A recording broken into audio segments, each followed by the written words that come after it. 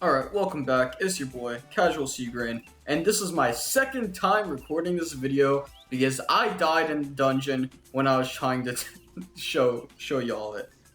So I'm gonna be a bit more sarcastic with this video, but I'll make sure to get all the information across. So if you haven't read the title yet and you just clicked on this video because you love my content, thank you. But this video is going to be a guide for the first dungeon in its entirety. I'm going to use a melee class for this, just to show things off a little bit better.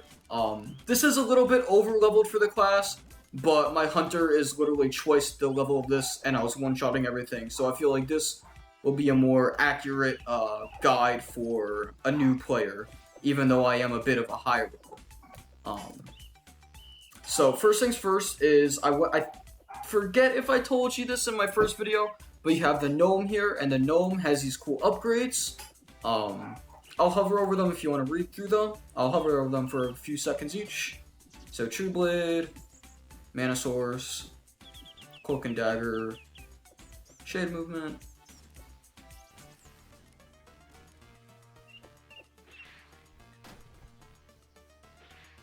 Alright, so those are all the Gnome upgrades. In order to unlock the Gnome, you're going to have to do a rescue mission from 413. It's not just any rescue mission, it specifically says rescue the old Gnome from 413. So make sure you pick that, and make sure if you're in a party, make sure no one else has a mission for 413.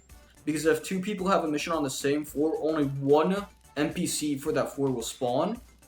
So you might not get the old Gnome, and you might have to redo the dungeon again.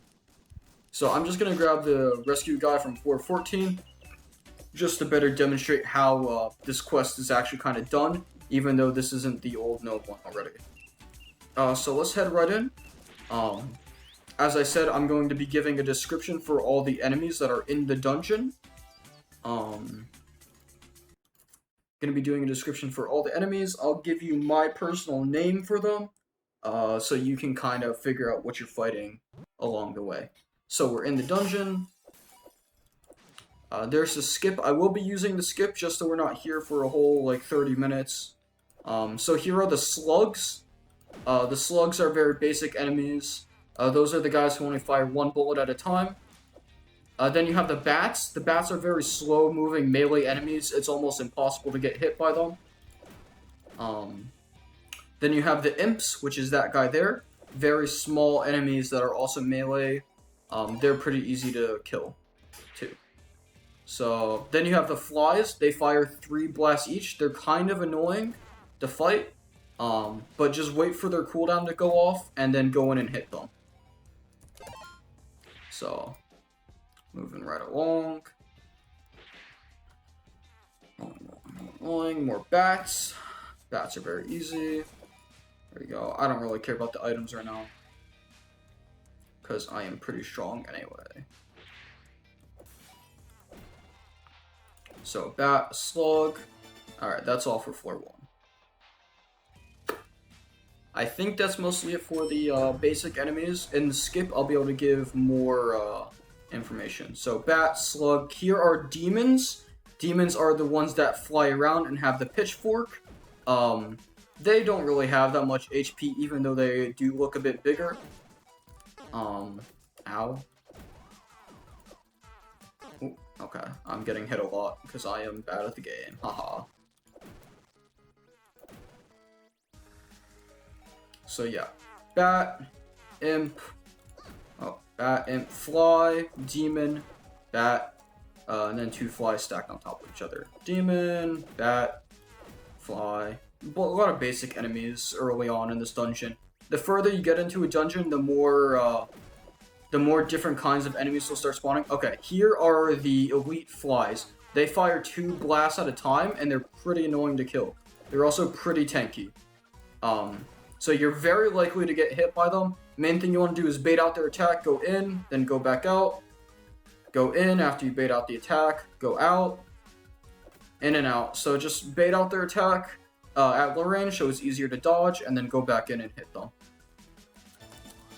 Alright, and the skip gives you a lot of items, so I'm gonna reap the rewards here. You can only use a skip if you gotten to the level that the skip will bring you to before. So the first skip will bring you to floor 6. So once you reach floor 6 legitly by going up all the floors yourself, you'll be able to use the skip to go straight up to floor 6 so you don't have to go through all the floors again.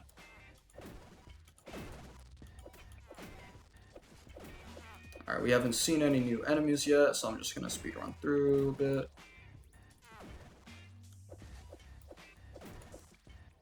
Alright, there's the next enemy. That is the crate orc. He has a crate on. He's fairly slow, so he's pretty easy to kill. So you don't really have to worry about them. They don't also have a ton of HP, which is nice. Oh, and then here is a mage already.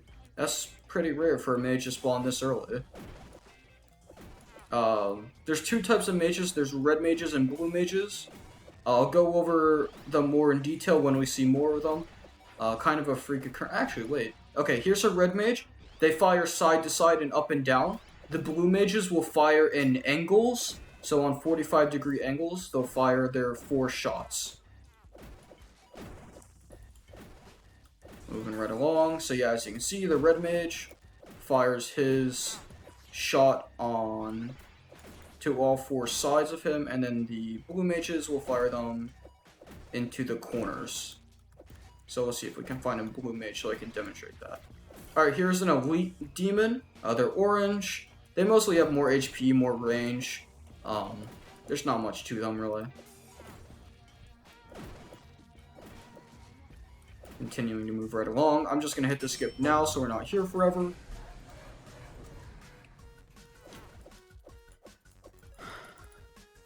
Right. Keep moving. If you're a melee class, you never want to stop moving. You always want to keep, no matter what class you are, you really never want to stop moving. It's always just safer to keep moving. Alright, we already have a yellow mage. Yellow mages combine the aspects of both types of mages, blue mages and red mages, to fire in all directions, basically. So there is an elite red mage, although he isn't red. He fires up and down, right to left. He mostly just has more damage and more HP. So, no threat to us right now. Okay, these guys might be a bit annoying. I'm using skill.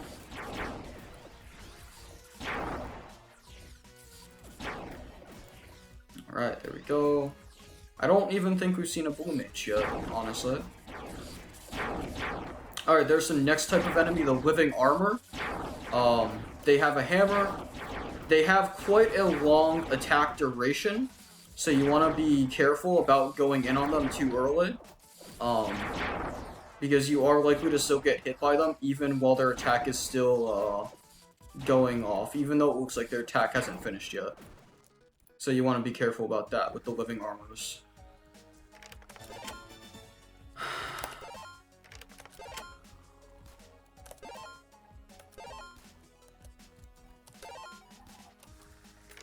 Keep on moving.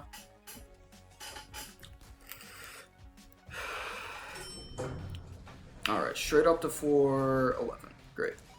So, 411's where you're going to get the most different kinds of enemies spawning in. There's the next type, is the crossbow enemy. They use a crossbow, they fire 2 arrows, and then they go on attack cooldown, so that's when you want to go in and hit them. So with this guy, you want to bait out his attack, and then go in and hit him. Boom, done. That's the general strategy for them. Alright, here's the blue mages I was talking about. As you can see, they fire on an angle. He's next to a wall, but he does fire in all 4 directions at the same time.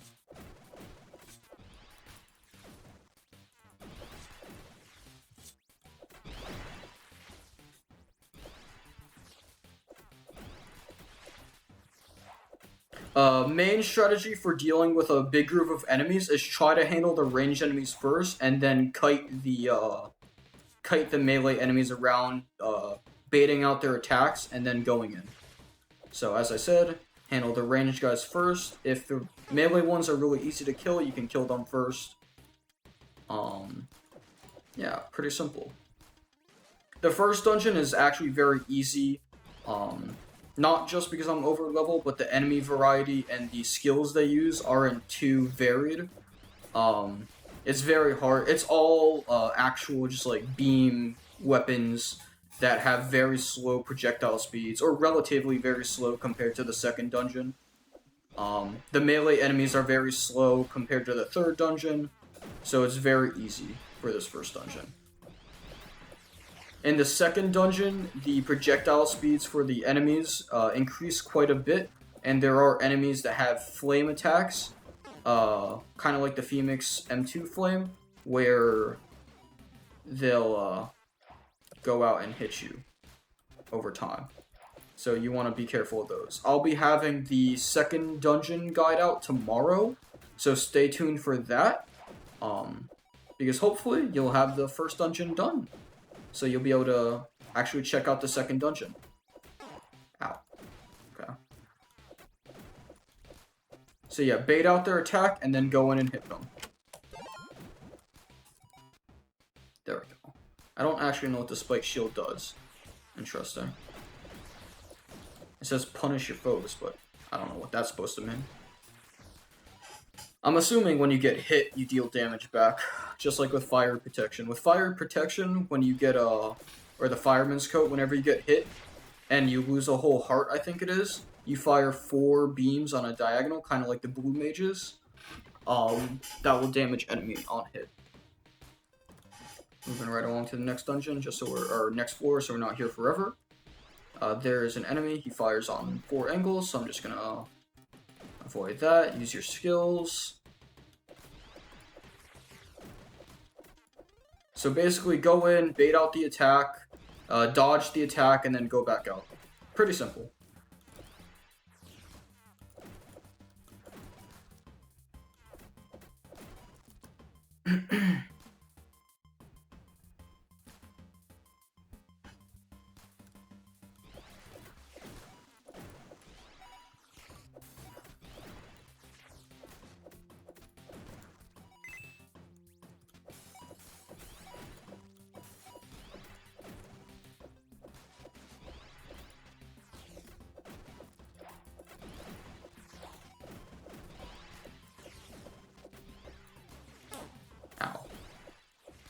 And even if you get hit a little bit, as long as you're not getting hit all the time, you should be fine. Because you will be able to get a lot of health up, or, ow. Oh my gosh. Yeah, that guy has insane range. So yeah, that's why you want to handle the ranged enemies first, so you can have free reign with the melee enemies. And not have to worry about getting hit from the ranged guys. So yeah, as you can see there, I kind of underestimated again the delay, or the cooldown of the attack, I guess, on the hammer guys, and you can see that I got hit even after they kind of completed their attack, so that's something you really want to be careful of. I'll explain the heart types also. So there are either 4 or 5 kinds of hearts. Let me see if I can remember them all. So you have your basic hearts. You can refill those. Those are the most common type. It's also what you're going to have the most of.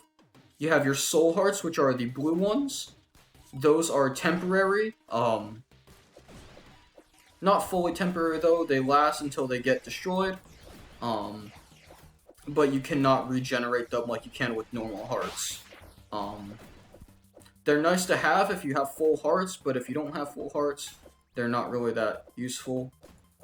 Because it'd be better just to get actual regenerated hearts back then. But there's no downside to having them. They're not like, it's not like they're worse or anything. Then you have dark hearts, which is that kind of dark heart. Yeah, very, very on point with the naming sense there.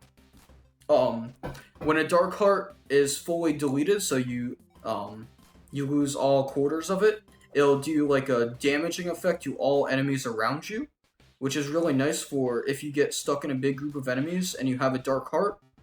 You don't really want to get stuck in that situation in the first place, but if you do, you'll be able to get out of it with the dark heart, because it'll kill a lot of the enemies that are currently harassing you. So, if you have a dark heart, don't be afraid to kind of send into a room full of enemies, if that's kind of what you're wanting to do anyway.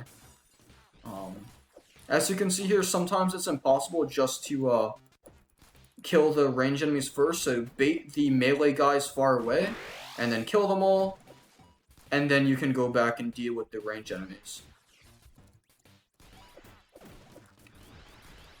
So then you can get straight into the room. I'll clear out this room, I won't just go straight up the floor. But sometimes if you really want to. Yeah, as you can see, I kind of sent into the room since I knew I had a dark heart. And it would kill some of the enemies around me. Oh, okay, I thought I killed him. I was scratching my chin. Alright, up to the next floor. I think I've covered all the enemy types that are in this dungeon so far, actually. So, we can kind of truck along. I can kind of go a bit faster now. Just so this video isn't lasting forever.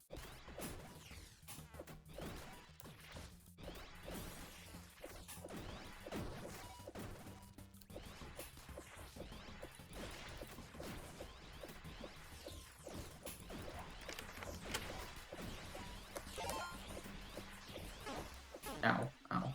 Yeah, this is why you want to deal with the ranged enemies first. They're very annoying if you're trying to handle the melee guys.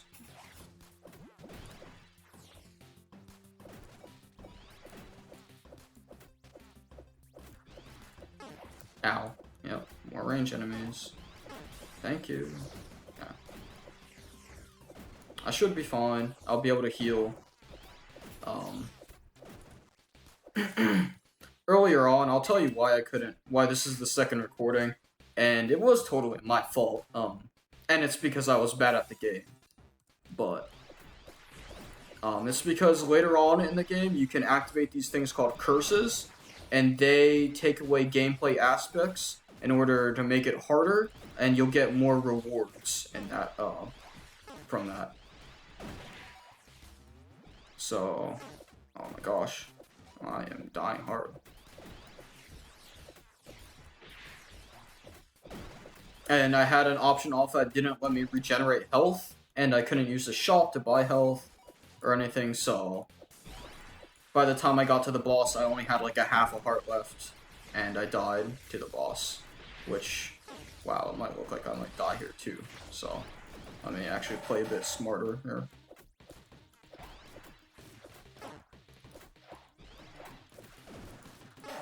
Oh my gosh, okay, yeah, I am getting destroyed right now. So yeah, these crossbow enemies are quite strong. Oh my gosh. So yeah, bait out their attacks and then go in and hit them.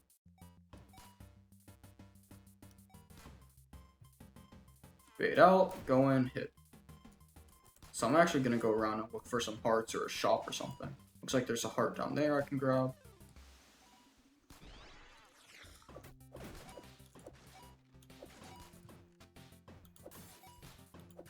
So yeah, I don't want to die to the final boss again, because I really don't want to have to record this video again. So I'm gonna take this a bit safer right now. This is honestly what I recommend doing if you also are trying to just beat the dungeon outright, is take things a bit slower. If you drop in hearts, go around to the rooms you've already cleared. Make sure you're staying healthy. Don't just try to speedrun it, because that's how you're gonna die. If you play the game very safe, it's going to take a while longer to beat dungeons, but you won't have to worry about dying a lot.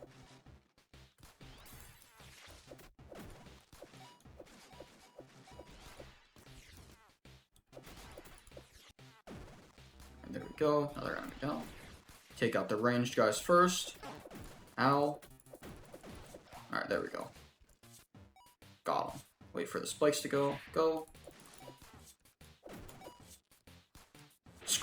Alright, there we go. Easy peasy, not even close. Alright, I'm actually gonna wait for some mana to regen, bunch them all up together. Alright, boom, easy. Oh, no, my skill didn't go off. Alright, epic. So yeah, kill the ranged guy. Boom, I got a heart. Go. Alright, easy peasy.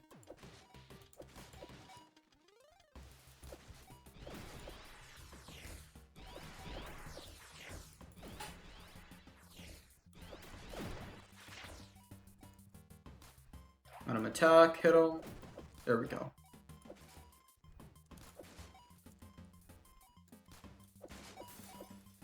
I will not be using those because I don't know if I'm going to live.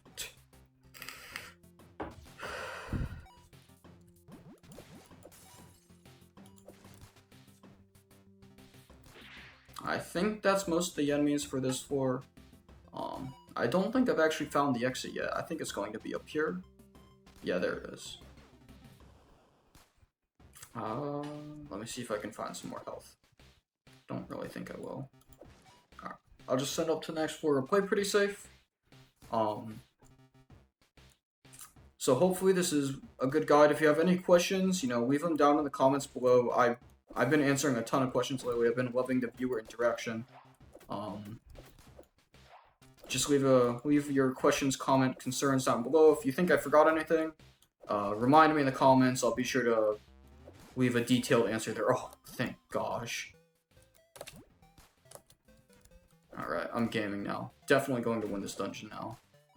A single good shop will let you win. Especially when you need it bad.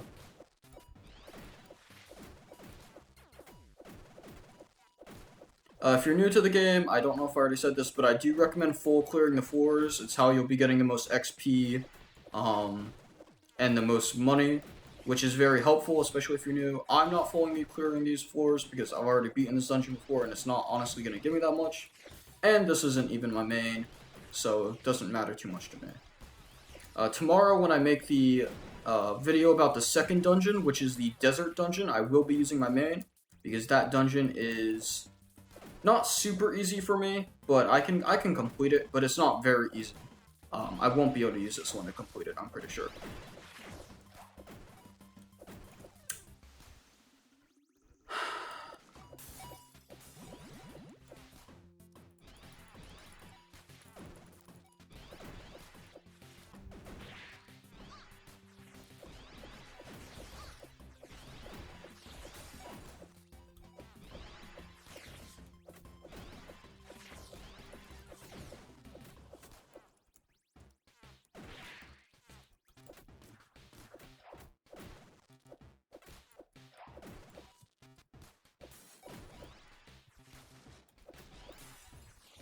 There are traps in this one too. It's those little arrow traps. Just be careful of them. You don't have to worry about them too much. But, just make sure you're being aware of them. Alright, once I can find the exit now, we should be good to go. Ow.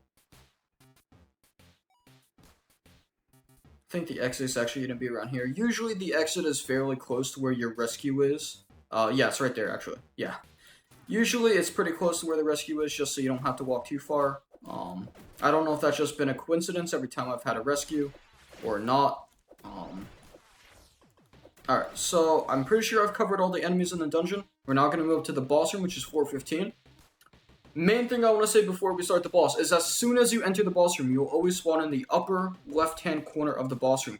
Immediately start moving down, because the boss will immediately start attacking as soon as you spawn in. So you'll see, start moving down immediately, because it immediately starts attacking. Since it's doing this attack, you want to get close to it, and then circle around and follow the beams. And hit it if you're melee class. If you're range class, you still want to get close. Alright, when it does this attack, alright, stay in a safe spot. That's its second sort of attack. Always try to be circling around it. Alright, now it's doing this attack where it'll track me. This is the same thing. You want to get close to it and hit it. Okay. If you ever start getting hit, dash out immediately. Alright, it's doing this attack again. You want to get close. Ow. Get close. Use your skills. Alright, let's see what it's going to do now. Alright, it's doing the tracking attack. Boom, dash back through. Ow, ow, ow, ow, ow, ow. Oh my gosh. Alright, so that's its 3 torts of attacks. It only has 3 attacks. Very simple boss. You've seen all 3 attacks. Just focus on dashing around. Do damage when you can. Okay, let's see what it's gonna do. Ow, okay. Thank you for dashing right on top of me. Playing safe. I'm literally on half a heart here. Thank you, game. Oh wait, I have a healing potion. Oh, thank God. Okay, thank God I bought that. So yeah, healing potions are very powerful. There we go. Let's see. Okay, that attack again. There we go, it's doing this again. Dash back and forth. If you want to play it very safe, you can just go back and forth, honestly. And then hit it when it's not actually doing anything.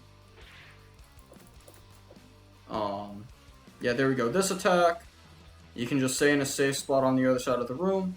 This is another playstyle. If you're a ranged enemy, this is what you kind of want to be doing, staying at range and hitting it from range. Alright, this attack again. Pretty simple. We already went over how to avoid it. Just go back and forth, or you can circle around the enemy if you're a melee and want to get a bit closer. It's that simple. There's only 3 attacks. Very simple. As soon as you know what you're doing, it's super easy to beat. Just ignore how I lost. This is how I'm second recording. Yeah, ignore that part. If you have a party, it's gonna be much easier. So, and when you beat it, you get to take all the gold you had on you out of the dungeon, and you also get bonus gold for all the items you had. So yeah, I think that's pretty much all I have to go over. And now, since you've beaten the first dungeon, if you come all the way over here, you go down all the way over and go to the bottom right, you'll be able to go over to the second dungeon this way. If we head that way now, you'll be able to go into the desert, and you'll be able to come over to this dungeon. So tomorrow we'll be going over how to cover this dungeon, which starts up here. In this area, you'll also be able to get more skill upgrades, so you'll be able to get your... If it works, you'll be able to get your E and R skill, I think. I think you can get your E by default. You'll be able to get your R skill over here, which is really helpful for most classes. Some classes, the R skill honestly isn't even worth speccing into. Looking at Mage and Hunter, the R skill is not worth speccing into. I've got some updated information on Berserker, actually. The Berserker Spin Slash is actually insane because it gives you iframe, so meaning it gives you dodge while attacking, which is insane. So if you're Berserker, definitely get your R skill and put points into it. But yeah, tomorrow I'll be going over how to cover this dungeon, so stay tuned for that. If you have any questions, concerns, put a comment down below. If you love the video, put a comment down below. You know, I'm happy to answer any comments. I've been reading all my comments, answering most of them. If I don't answer, I usually give it a heart. You know, just type something good up. Yeah. Give me that like, comment, subscribe, you know the deal, fucking standard YouTuber stuff. Alright, thank you. Have a great day. Bye-bye.